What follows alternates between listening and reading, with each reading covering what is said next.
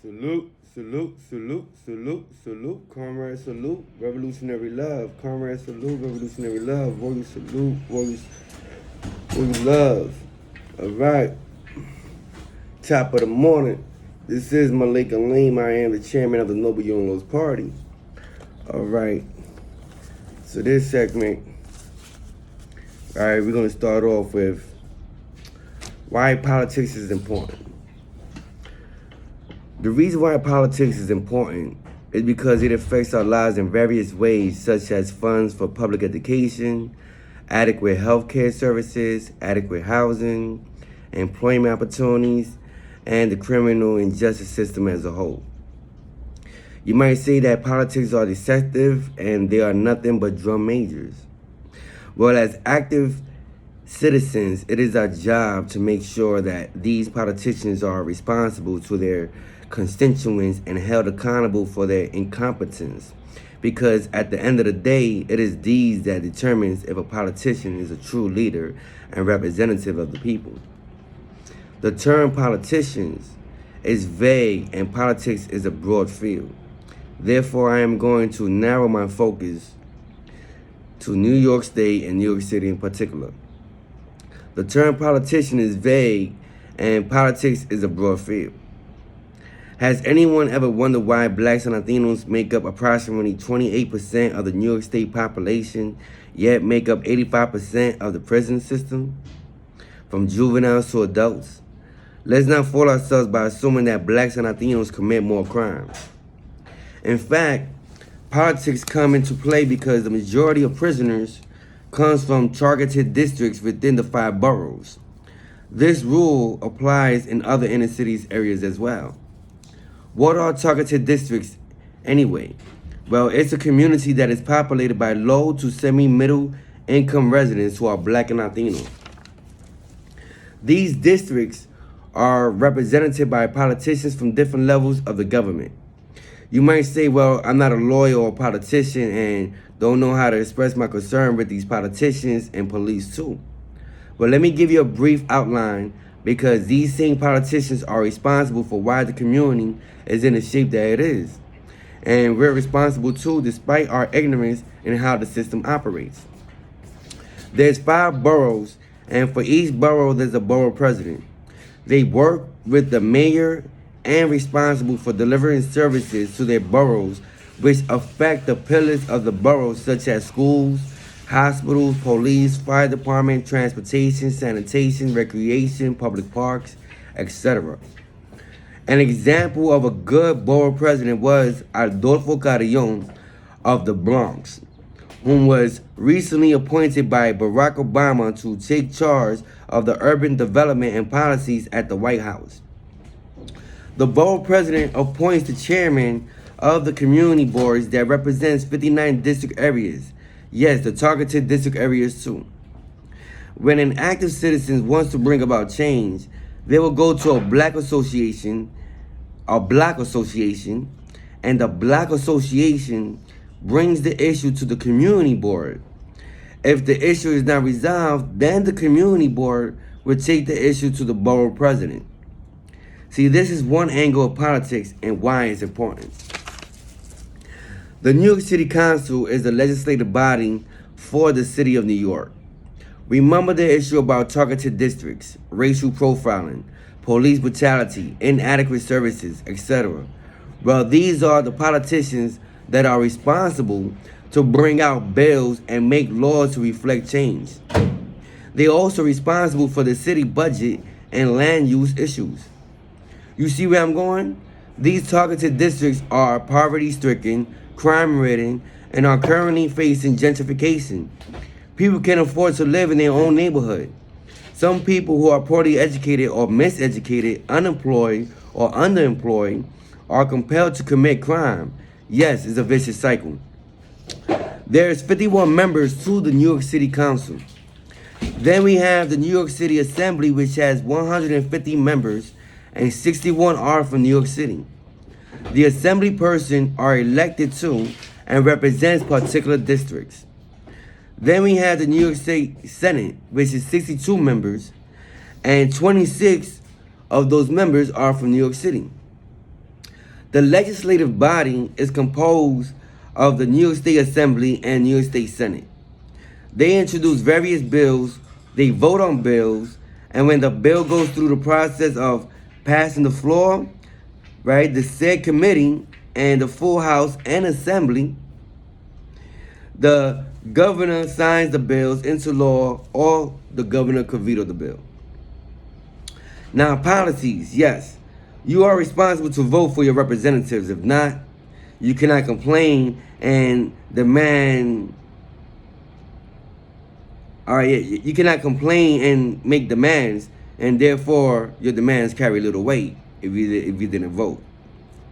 In addition, your vote plays a part as to who is in the office and who can stay and who must leave.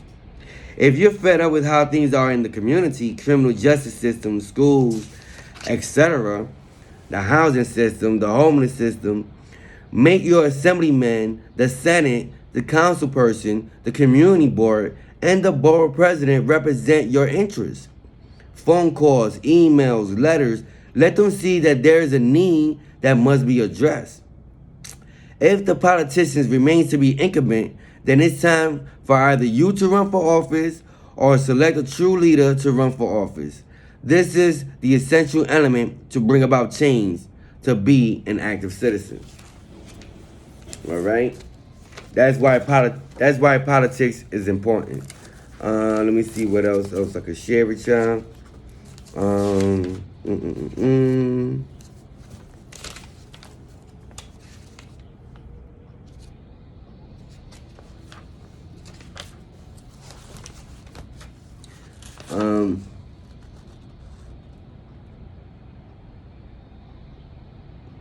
All right. It said the cognitive approach to human nature, approach to human nature, right? And it's by Herbert Simon, right? It says power, decision making, rationality systems, human rationality, cognitive psychology, economics, political science, rationalism, empiricism, alliance between empiricism and psychological rationality, alliance between economic rationality and rationalism. Reason and passion equals radical irrationality. All right? It says human beings want a sense of surety and confidence that a society of which they are a part of holds out a far degree of hope that their aspirations will be fulfilled. People become anxious and apathetic when there's a lack of reliability on the means that's provided to accomplish goals. Rationale denotes behavior that is appropriate to specific goals in the context of a given situation. That's rationale. Procedure rationality and cognitive psychology, behaviorism, consists with observing empirical data on stimuli and response. Orientation, information processing, problem solving, memory, learning, decision making. The model of problem solving describes a person who is limited in computational capacity and who searches very selectively through large realms of possibilities in order to discover what alternatives of action are available and what the consequence of each of these alternatives are. One needs to know what the problem solver already knows, wants to solve, and can compute. Need a lot of information about the decision maker. Therefore, the above quote is inadequate. Right? Okay, it says, so objective rationality is the assumption that every actor, right? It says the objective rationality is the assumption that every actor possesses a utility function that induces a consistent ordering among all alternative choices that the actor faces, and indeed that he or she always chooses the alternative with the highest utility. Assuming nothing about the actor goals, this functioning of the utilities can take any form that defines a consistent ordering of preferences. Theorizing utility function and probability assignments. Political science goal is to maximize power. That's the goal of political science, is to maximize the power. And Noble Jonas Party, power to the people. However, we are against imperialism, down with imperialism, down with fascism. All right, we pushing socialism to bring about true democracy that operates on democratic centralism. All right, it says bounded rationality. When your rationality is bounded, it is not irrational. It says it is irrational to act without goals. Acting on impulse is irrational. Acting without having a goal is irrational. Ignores relevant facts or operate on incorrect facts is irrational.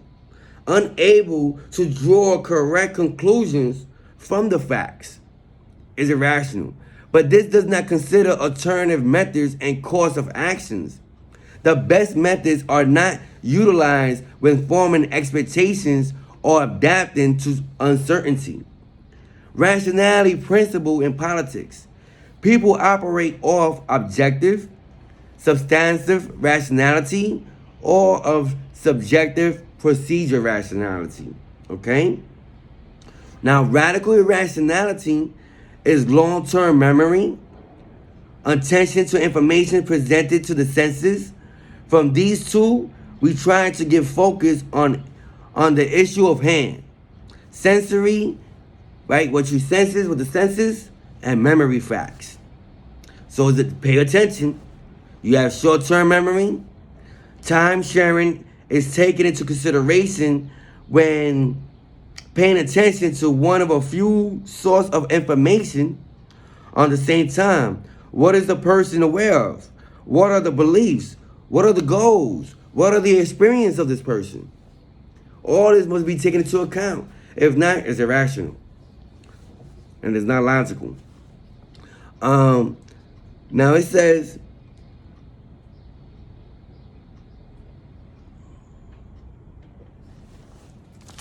all right, let me see what else. It states that Freud maintains that terrible tension exists between human nature and the necessarily harsh demands of civilized society. One consequence of this tension is that utopian schemes must fail. Humans have exchanged a portion of their happiness for security. Some discontent will characterize all political systems. Now, Skinner rejects the notion of free will and consequently believes that humans cannot meaningfully feel pride concerning their achievements. Yet optimistic view towards human potential based on social and political experimentation. By planning, focusing on behavior, manipulating environmental contingencies, Skinner believes humans can greatly improve their conditions. And the Quran also says it too, that, Allah will not change the condition of the people until the people change the condition within themselves. It also states that, Karl Marx states that consciousness derives from relationships to the social system, and he means of production's consciousness. It's from the very beginning a social product and remains so as long as man exists at all.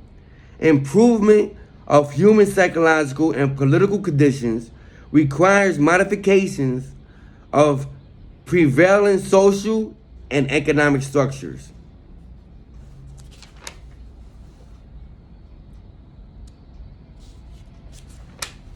Let me see what else. It states that to win and retain power, if violence must be used, use it to the extreme, because moderation does not keep people from revenge. Politics is separate from reality or morality. No. Politics is separate from morality. Power attained by virtue of conquest or favorable circumstance are subject to incipient rebellion. More promises must be made, which leads to obligation. 4 ways to attain power: ability, fortunate circumstance like wealth or political, or by choice of fellow citizen. Political self-preservation, that's from the prince. Now it says Leviathan is the state, is an artificial man. It says the state is an artificial man in which sovereignty is the soul, offices, the joint, rewards and punishment, the nerves, wealth is strength, safety is business, counselors is memory, equity and law is reason and will, peace is health, sedition is sickness, civil war is death. That's Leviathan. All right. So I gave you that for this segment. All right. Enjoy your day. Que te pasa buen día. Once again, my name is Malik Alim. I am the chairman of the Noble Young Lords Party. And I'll come up with another segment. And perhaps I might touch on community development and restoration. All right. That goes hand in hand with the Sustainable Development 2030 by the United Nations. And then I might touch on the epilogue, the 21st century, right? The promise, or is it an illusion? That I can read through. Is it a promise or an illusion? The 21st century. All right. Comrade salute. Revolutionary salute. One Lord, one people. Stay noble. Pa'lante, siempre pa'lante. Power to the people. Peace.